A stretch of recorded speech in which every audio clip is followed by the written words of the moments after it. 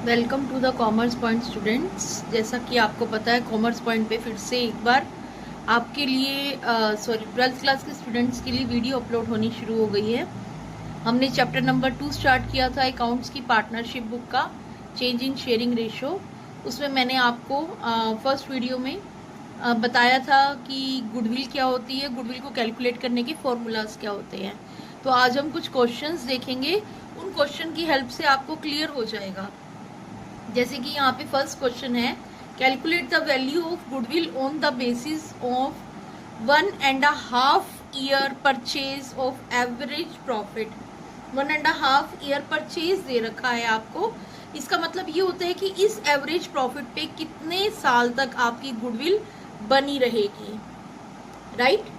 तो वो होता है नंबर ऑफ ईयर परचेज, जो कि आपको ऑलरेडी क्वेश्चन में मेंशन होता है। इसे हमें निकालना नहीं होता, एवरेज प्रॉफिट को फाइंड आउट करना होता है।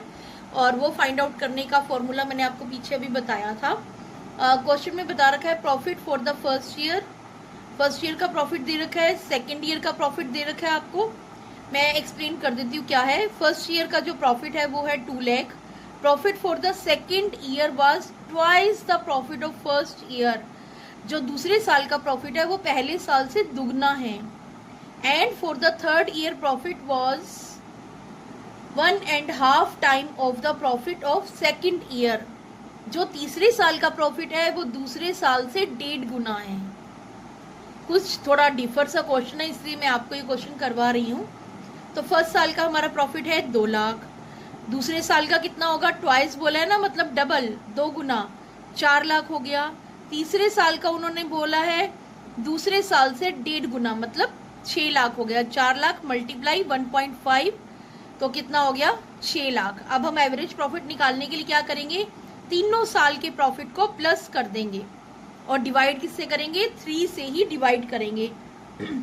जैसा आपको मैंने बताया था कि एवरेज प्रॉफिट में जितने भी सालों का प्रॉफिट दिया होता है वो हम सब प्लस कर देते हैं, और जितने ईयर्स होते हैं उतने ईयर से उसको डिवाइड कर देते हैं। अगर किसी साल का लॉस दिया होता है तो उसको माइनस कर देते हैं।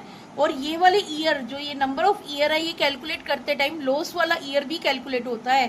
कहीं ये ना करना आपकी लॉस है तो उस ईयर को हमने लिया ही नहीं।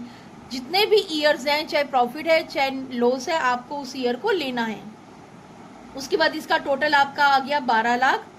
3 से डिवाइड करके हमारा एवरेज प्रॉफिट निकल आया 4 लाख। अब निकालेंगे goodwill. Average profit multiply number of year purchase, ये हमें ऑलरेडी क्वेश्चन में गिवन है। एवरेज प्रॉफिट हमने निकाल लिया है। एवरेज प्रॉफिट है 4 lakh, number of year purchase है 1.5, तो आ गया गुडविल आ गई हमारी 6 लाख। बहुत ही इजी क्वेश्चन था, बस थोड़ा सा यहाँ पर आपको समझना है कि प्रॉफिट किस तरह से हमें बताए हुए हैं, और कुछ भी डिफिकल्ट नहीं था इस क्वेश्चन के अंदर। अब चलते हैं नेक्स्ट क्वेश्चन पे हम लोग। सेकंड क्वेश्चन आपका क्या कहता है, calculate the value of firm goodwill on the basis of 3 year purchase. ये फिर से दे रखा है 3 year purchase of the profit of the last 3 years.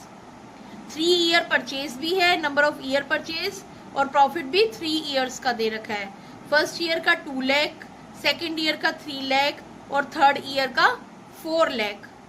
Annual salary, ये एडजस्टमेंट दे रखी है एक हमारे को। मैंने आपको बताया था ना, प्रॉफिट विदाउट एडजस्टमेंट होना चाहिए, ठीक है, या फिर आफ्टर एडजस्टमेंट वाला होना चाहिए। अगर एडजस्टमेंट है तो वो सॉल्यूशन निकाल कर जो प्रॉफिट आएगा वो लेना है हमें। यहाँ हमें एडजस्टमेंट दे रखी है, annual salary of partner were ₹90,000, right. Sorry, यहाँ पे पार्टनर्स है, पार्टनर्स की जो सैलरी है एनुअल सैलरी वो 90,000 है, ओके। तो यहाँ पे आपको एवरेज प्रॉफिट पहले निकाल लेना है। मैंने आपको बताया था जो भी सैलरी होगी या मैनेजमेंट से रिलेटेड कोई भी एक्सपेंस होगा उसको हमने एवरेज प्रॉफिट में से लेस कर देना है। तो हमारे पास यहाँ पे एवरेज प्रॉफिट क्या आया, 2 lakh plus 3 lakh plus 4 lakh, total हो गया 9 लाख। 3 ईयर्स से तो 3 से डिवाइड किया तो आ गया 3 लाख। अब इस 3 लाख में से ये एवरेज प्रॉफिट है, हमें ये एनुअल सैलरी माइनस करनी है। 3 lakh minus 90,000 is equal to 2 lakh 10,000। और गुडविल क्या आएगी, अब गुडविल निकालनी है। पहले आपको एवरेज प्रॉफिट में से ये एडजस्टमेंट माइनस करनी है, देन आपको गुडविल निकालनी है। 2 लाख 10,000 मल्टीप्लाई 3, 6 लाख 30,000 आपकी आ गई गुडविल, राइट। ये भी इजी था, कोई मुश्किल नहीं है, इजी सी एडजस्टमेंट थी इसमें। बस आपको ये ध्यान रखना है किस एडजस्टमेंट को कैसे सॉल्व करना है। अब आ जाते हैं हमारे थर्ड क्वेश्चन पे। A B are partner sharing profit equally, they agree to admit E for equal share. दो पार्टनर्स हैं ए बी, वो इक्वल शेयर पे है, और जो नया पार्टनर आया है ई, वो भी इक्वल शेयर पे आया है। For this purpose goodwill is to be valued at 150% of the average annual profit of last 5 years। अब गुडविल को क्या है, आपका नंबर ऑफ गुडविल की वैल्यू क्या है, 150%। यहाँ नंबर ऑफ ईयर परचेज नहीं दे रखा आपने, उन्होंने सॉरी क्वेश्चन में क्या दे रखा है, goodwill is to be valued at 150% of the average annual profit of last 5 year profit, right. 5 years के हमें प्रॉफिट दे रखे हैं। 2015 का दे रखा है 40,000, 2016 का दे रखा है 60,000, 17 का दे रखा है 1 लाख, 18 का दे रखा है 20,000 लॉस, और 19 का दे रखा है 1,50,000। 5 years के प्रॉफिट और लॉस दे रखे हैं। उसके बाद दो एडजस्टमेंट्स दे रखी है उन्होंने। एक पहली एडजस्टमेंट वो कहता है ड्यूरिंग द ईयर एंडेड 2016, कौन से प्रॉफिट के ऊपर आ रही है ये एडजस्टमेंट, 2016 पर। An asset of the cost ₹2 lakh with book value 1,50,000 was sold for 1,24,000। एक हमारी एसेट थी जिसकी बुक वैल्यू तो सॉरी कॉस्ट तो थी 2 लाख, हमने खरीदी थी 2 लाख में, अभी उस डेप्रिशिएट हो के 1,50,000 की हो गई थी, और उसे सेल किया गया 1,24,000 में, मतलब हमारा लॉस है। और एसेट का प्रॉफिट या लॉस आपको मैंने बताया था नॉर्मल नहीं होता।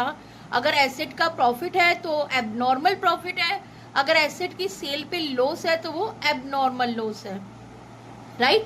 तो हमने इसको 2016 के प्रॉफिट में ट्रीटमेंट करना है इस एडजस्टमेंट का।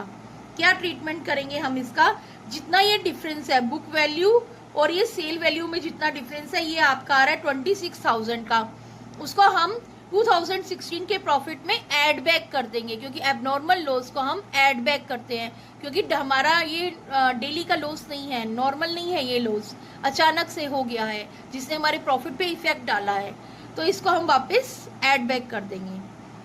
अगली एडजस्टमेंट है हमारी ऑन 1 अप्रैल 2017। यहाँ पर आपको ध्यान देना है, डेट क्या है, 1 अप्रैल 2017। तो ये 17 की बात कर रहे हैं, 1 अप्रैल 2017, मतलब 17 और 18 का सेशन शुरू हुआ है, तो जो इसका इफेक्ट होगा वो 2018 के प्रॉफिट पे, सॉरी प्रॉफिट तो नहीं है यहाँ पे, लॉस पे पड़ेगा। जो इसका इफेक्ट होगा, इस एडजस्टमेंट का इफेक्ट तो 2018 पे पड़ेगा, उसका इफेक्ट 17 पे नहीं पड़ेगा, क्योंकि 17 तो भी शुरू हुआ है, right. To computer costing 1 lakh were purchase and wrongly debit to travelling expenses. 1 April 2017 को 2 कंप्यूटर खरीदे गए जिनकी कॉस्ट थी 1 लाख। यहाँ 1 लाख टोटल कॉस्ट है, ईच नहीं लिखा हुआ, ये भी ध्यान रखिएगा। परचेज किए गए और उन्हें रॉन्गली डेबिट कर दिया गया ट्रैवलिंग एक्सपेंसेस में। ये कैपिटल एक्सपेंस था और आपने रिवेन्यू एक्सपेंस लिख दिया, जिससे कि हमारा प्रॉफिट कम हो गया। और अगर आपने इसको एसेट ली थी, एसेट के ऊपर डेप्रिसिएशन लगनी चाहिए थी, जिसका प्राइस था at the rate of 20% depreciation लगनी चाहिए थी। और कौन से मेथड से, मैंने आपको एडजस्टमेंट में बताया था कि आपको ध्यान रखना है मेथड कौन सा है, रिटर्न वैल्यू मेथड है, और आपको कैलकुलेट करना है इस बेस पे गुडविल। आपको इस एडजस्टमेंट में बड़ा ध्यान देना है, कौन सी डेट है, क्या कॉस्ट है, कहाँ आपने गलती से उसे डेबिट कर दिया या क्रेडिट कर दिया, डेप्रिसिएशन कौन से मेथड से लग रही है, ये ध्यान देना है आपने। तो देखते हैं अब इन एडजस्टमेंट के साथ हमारा प्रॉफिट क्या क्या आता है। हमने यहाँ पे लिख दी है ईयर्स, यहाँ लिख दिया है उनका प्रॉफिट, और ये है उनका फाइनल प्रॉफिट। 2015 में हमारा 40,000 का प्रॉफिट था, कोई एडजस्टमेंट नहीं है, तो एज इट इज ये फाइनल प्रॉफिट हमारा 40,000 का हो गया। 2016 में मैंने आपको ऊपर यहाँ पे अभी बताया कि आपने एक एसेट सेल की है जिसकी कॉस्ट 2 लाख थी, बुक वैल्यू 1,50,000 थी, सेल हुई है 1,24,000 पे, मतलब 26,000 के लॉस पे, और ये लॉस एबनॉर्मल लॉस है, हमें ऐड बैक करना है। तो 60,000 में हमने ऐड बैक करा 26,000, फाइनल प्रॉफिट आ गया 86,000। 1 सेकेंड प्लीज। अब आ गया 2017 की टर्न। 2017 में हमें कितना प्रॉफिट है? 1 लाख रुपीज का।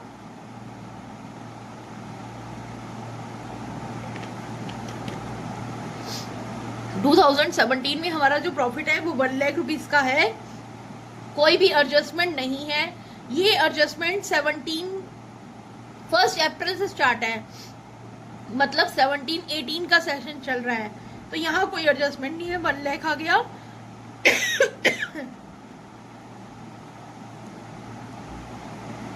2007 में कोई एडजस्टमेंट नहीं है, तो 1 लाख का 1 लाख फाइनल प्रॉफिट आ गया। 18 में हमारे पास ऑलरेडी लॉस था, हमने 2 कंप्यूटर खरीदे हैं 1 लाख रुपए के, तो ये हमारा रिवेन्यू एक्सपेंडिचर नहीं है। हमने रिवेन्यू एक्सपेंडिचर समझ के इसे माइनस कर दिया, वापस प्लस करना होगा हमें। हमने प्लस किया 1 लाख, और इसके ऊपर जो डेप्रिसिएशन लगी है वो पूरे साल की लगी है, क्योंकि 1 अप्रैल को ही हमने परचेज कर लिए थे, तो पूरे साल की डेप्रिसिएशन लगी है हमारी इसके ऊपर। वो क्या होगी? माइनस। आपने ध्यान रखना है, अगर आप एसेट प्लस कर रहे हो तो डेप उसका माइनस होगा, अगर एसेट माइनस हो रही है तो डेप प्लस होगा। -20 आपका ये लॉस है ना, तो माइनस माइनस प्लस 40,000। 1 लाख में से 40 गया, 60,000 आ गया आपका प्रॉफिट फाइनल। और 2019 में मैंने आपको पीछे एडजस्टमेंट कराते हुए बोला था कि अगर आपकी डेप्रिसिएशन 1 साल में लगी है और उसके बाद भी नेक्स्ट आपका कंटिन्यू ईयर्स चल रहे हैं क्वेश्चन में, तो आगे वाले ईयर्स में भी आपकी डेप्रिसिएशन लगेगी। ये किस पे लगनी चाहिए? रिटर्न डाउन वैल्यू मेथड है ना, तो आपका 1 लाख रुपए का वो है एसेट में से 20,000 चलेंगे, 80,000 की एसेट के ऊपर दोबारा से डेप्रिसिएशन लगी है, जो 2019 में लेस होगी, और प्रॉफिट आ जाएगा ये हमारा फाइनल प्रॉफिट। अब एवरेज प्रॉफिट निकालने के लिए सभी प्रॉफिट को हम कर देंगे प्लस, डिवाइड कर देंगे 5 से। मैंने आपको बार बार बता रही हूँ कि लॉस वाला ईयर भी प्लस होता है, ऐसे मत सोचना कि इस ईयर में लॉस है तो इसको नहीं लेना, पूरे 5 साल लेने हैं हमने। प्लस करके हमने 5 से डिवाइड कर दिया, तो ये आ गया हमारा एवरेज प्रॉफिट। एवरेज प्रॉफिट का हमने गुडविल निकाली, एवरेज प्रॉफिट मल्टीप्लाई 150% बोला था ना, 150 मल्टीप्लाई डिवाइड बाय 100 हमने काट दिया, आ गया 1,26,000। ये हमारी गुडविल आ गई है। होप सो आपको ये क्वेश्चन समझ में आए होंगे। इसके बाद नेक्स्ट वीडियो में हम देखेंगे वेटेड एवरेज प्रॉफिट कैसे निकाला जाता है, और मैं होप करती हूँ कि आपको मेरा समझाना समझ में आ रहा होगा। जो भी बच्चे मेरी वीडियो देख रहे हैं उनको बेनिफिशियल लगती है, मेरा पढ़ाना हुआ समझ में आता है उनको, तो प्लीज़ इस वीडियो को अदर स्टूडेंट्स को भी शेयर करें ताकि उनको भी बेनिफिट हो। मेरे को आप कमेंट कर सकते हैं, आपको कोई भी प्रॉब्लम है, आपको कुछ भी समझ में नहीं आया तो आप मुझे कमेंट कर सकते हैं, मैं आपको आपके क्वेश्चन का रिप्लाई ज़रूर करूँगी। ओके, तो होप करती हूँ कि आप मेरे वीडियो को लाइक करेंगे, शेयर करेंगे और सब्सक्राइब करेंगे। Thank you.